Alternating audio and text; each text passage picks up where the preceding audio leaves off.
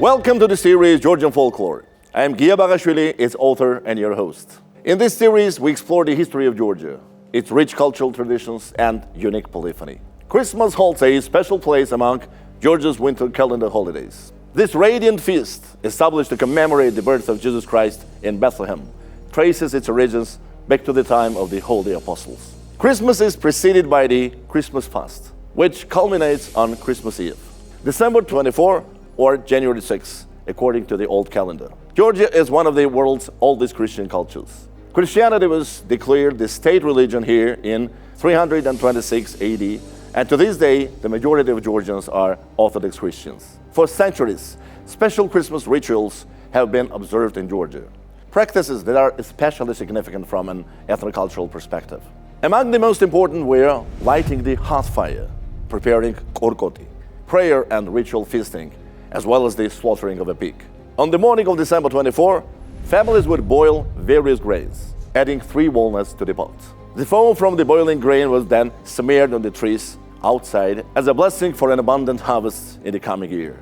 On a walnut-filled ritual cake called kanatehi, 3 candles were lit, and the cake was eaten only in the evening after a prayer was recited. God, as many walnuts as there are here, grant us that much goodness. Grant us that many measures of grain. Grant us that much wealth and property, and grant us that many measures of wheat. The lit candles were pressed into all 4 corners of the house and were never extinguished. They were left to burn out on their own. An essential part of the ritual was the performance of the ceremonial song Alilo. This Christmas Eve tradition was known as Alilo.